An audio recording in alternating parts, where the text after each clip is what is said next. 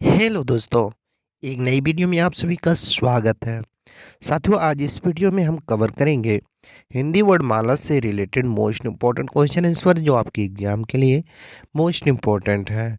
तो साथियों, अगर आप किसी भी सरकारी नौकरी की तैयारी कर रहे हो और उसमें यदि हिंदी पूछे जाते हो तो आपके लिए ये वीडियो मोस्ट इम्पॉर्टेंट होने वाला है, क्योंकि दोस्तों हिंदी से संबंधित हम टॉप 30 क्वेश्चन आंसर इस वीडियो में कवर करेंगे जो आपके एग्जाम के लिए मोस्ट इम्पॉर्टेंट है। तो चलिए बिना लेट के शुरू करते हैं। आज का पहला क्वेश्चन है, हिंदी वर्णमाला में स्वरों की संख्या कितनी है? तो दोस्तों राइट आंसर करिएगा 11। हिंदी वर्णमाला में स्वरों की संख्या 11 है। अगला क्वेश्चन है, हिंदी वर्णमाला में कुल स्वरों की संख्या कितनी है? साथियों, जब एग्जाम में ये पूछे कि हिंदी वर्णमाला में कुल स्वरों की संख्या कितनी है, तब बताइएगा दोस्तों 13। हिंदी वर्णमाला में कुल स्वरों की संख्या 13 है। लेकिन अगर पूछे कि हिंदी वर्णमाला में स्वरों की संख्या कितनी है, तब 11 बताइएगा। जब कुल पूछे तो 13 बताइएगा। अगला क्वेश्चन है, हिंदी वर्णमाला में व्यंजनों की कुल संख्या कितनी है? तो साथियों, व्यंजनों की संख्या पूछ रहा है, हिंदी वर्णमाला में व्यंजनों की कुल संख्या कितनी है? तो 39 है। अगला क्वेश्चन है आपका, हिंदी वर्णमाला में मूल स्वरों की संख्या कितनी है? तो दोस्तों हिंदी वर्णमाला में मूल स्वरों की संख्या 4 है। कितनी है? 4 है। अगला क्वेश्चन है आपका, उच्चारण के आधार पर हिंदी वर्णमाला में कुल कितने वर्ण हैं? बताइए साथियों, उच्चारण के आधार पर हिंदी वर्णमाला में कुल कितने वर्ण हैं? तो राइट आंसर करिएगा साथियों 52। उच्चारण के आधार पर हिंदी वर्णमाला में कुल 52 वर्ण है। अगला क्वेश्चन है आपका, लेखन के आधार पर हिंदी वर्णमाला में वर्णों की कुल संख्या कितनी है? तो दोस्तों लेखन के आधार पर हिंदी वर्णमाला में वर्णों की कुल संख्या है 56। याद रखिएगा 56 है लेखन के आधार पर हिंदी वर्णमाला में वर्णों की संख्या। अगला क्वेश्चन है आपका, हिंदी की वर्णमाला में कुल कितने स्पर्श व्यंजन हैं? बताइए साथियों, हिंदी वर्णमाला में कुल कितने स्पर्शी व्यंजन हैं? तो राइट आंसर करिएगा 25। हिंदी वर्णमाला में कुल स्पर्श व्यंजन 25 है। अगला क्वेश्चन है, हिंदी वर्णमाला में कुल कितने अंतस्थ व्यंजन हैं? बताइए साथियों, कई बार ये क्वेश्चन एग्जाम में पूछा जा चुका है और राइट आंसर करिएगा 4। हिंदी वर्णमाला में कुल 4 अंतस्थ व्यंजन हैं। अगला क्वेश्चन है आपका, हिंदी वर्णमाला में उष्ण व्यंजनों की संख्या कितनी है? हर एक क्वेश्चन इंपॉर्टेंट है आपके एग्जाम के दृष्टि से। तो साथियों वीडियो को लाइक भी करते रहिएगा और इस क्वेश्चन का राइट आंसर करिएगा 4, यानी कि हिंदी वर्णमाला में उष्ण व्यंजनों की संख्या 4 है। अगला क्वेश्चन है आपका, अर्थ के आधार पर संज्ञा के कितने भेद होते हैं? तो साथियों अगर हम बात करें अर्थ के आधार पर संज्ञा के कितने भेद होते हैं, तो राइट आंसर करिएगा, अर्थ के आधार पर संज्ञा के 5 भेद होते हैं। Option number C right answer करिएगा, 5 भेद होते हैं अर्थ के आधार पर संज्ञा के। अगला क्वेश्चन है आपका, हिंदी में लिंग कितने प्रकार के होते हैं? तो राइट आंसर करिएगा साथियों, हिंदी में लिंग 2 प्रकार के होते हैं। ऑप्शन ए राइट आंसर करिएगा, 2 प्रकार के होते हैं हिंदी में लिंग। अगला क्वेश्चन है आपका, संस्कृत में लिंग कितने प्रकार के होते हैं? ये भी क्वेश्चन पूछा जाता है एग्जाम में। तो साथियों पूछे संस्कृत में लिंग कितने प्रकार के होते हैं, तो राइट आंसर करिएगा 3 प्रकार के होते हैं। संस्कृत में लिंग 3 प्रकार के होते हैं।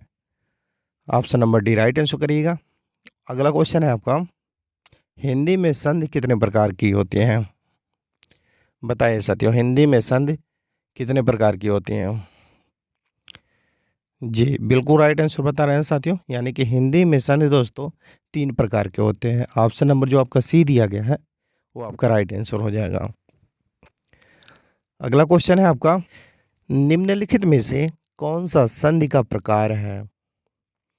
बताइए साथियों, निम्नलिखित में से कौन सा संधि का प्रकार है? तो राइट आंसर करिएगा साथियों, संधि का प्रकार इनमें से उपयुक्त सभी है, यानी कि स्वर संधि, व्यंजन संधि और विसर्ग संधि, ये तीनों संधि का प्रकार है। अगला क्वेश्चन है आपका, हिंदी में वचन कितने प्रकार के होते हैं? तो साथियों हिंदी में वचन कितने प्रकार के होते हैं जब भी पूछिए तो राइट आंसर बताइएगा 2।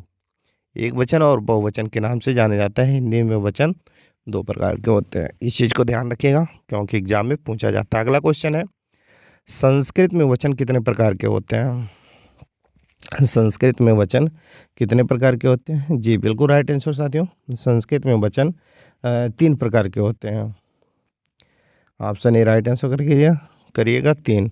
अगला क्वेश्चन है आपका, हिंदी सर्वनाम के कितने प्रकार होते हैं? हिंदी सर्वनाम के कितने प्रकार होते हैं? जब भी ये क्वेश्चन पूछे तो राइट आंसर बताइएगा साथियों। हिंदी में सर्वनाम 6 प्रकार के होते हैं। कितने प्रकार के होते हैं? 6 प्रकार। अगला क्वेश्चन है आपका, हिंदी में विशेषण के कितने भेद होते हैं? हिंदी में विशेषण के कितने भेद होते हैं? तो राइट आंसर करिएगा साथियों। हिंदी में विशेषण के 3 भेद होते हैं। कितने होते हैं? 3। अगला क्वेश्चन है, शांत रस का स्थायी भाव क्या है?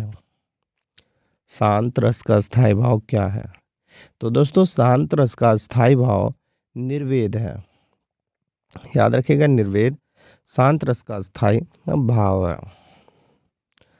अगला क्वेश्चन है आपका, तितली के रचयिता कौन है? बताइए साथियों। मोस्ट इंपॉर्टेंट क्वेश्चन आपके एग्जाम की दृष्टि से, और राइट आंसर करिएगा साथियों। तितली के रचयिता जब भी पूछे कौन है तो राइट आंसर करिएगा जयशंकर प्रसाद। जयशंकर प्रसाद साथियों तितली के रचयिता है। अगला क्वेश्चन है, यादिकाल को अन्य किस नाम से जाना जाता है? तो साथियों जब पूछे यादिकाल को अन्य किस नाम से जाना जाता है तो राइट आंसर बताइएगा।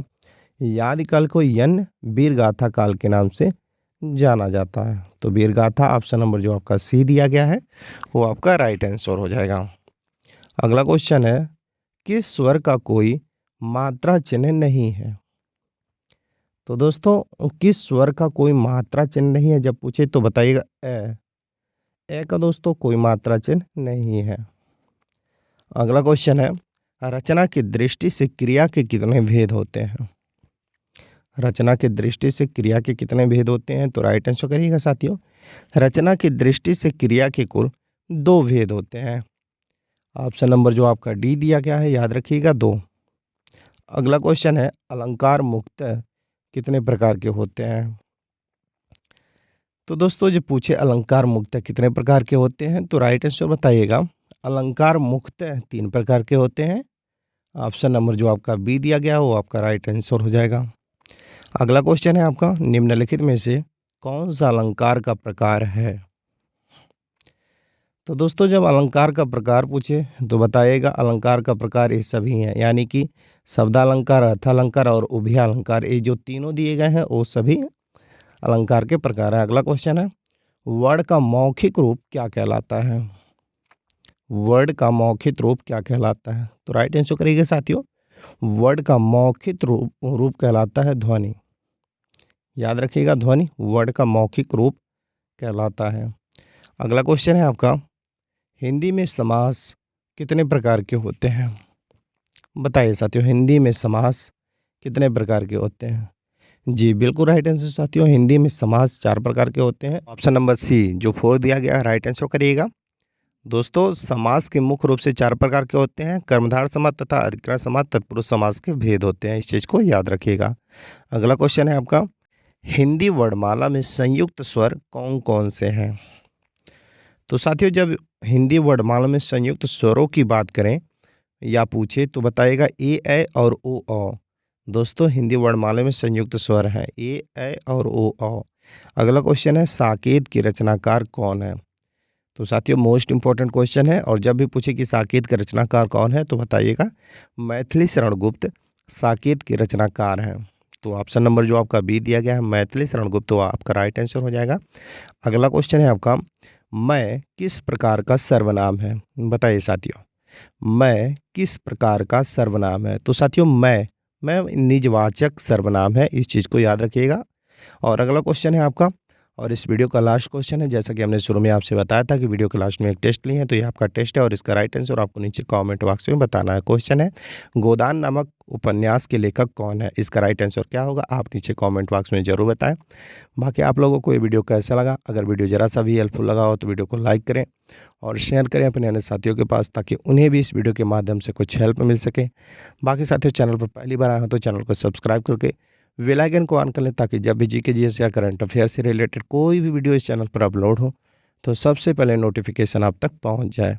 चलिए इसी के साथ मिलते हैं नेक्स्ट क्वेश्चन आंसर के साथ नेक्स्ट वीडियो में। तब तक के लिए जय हिंद।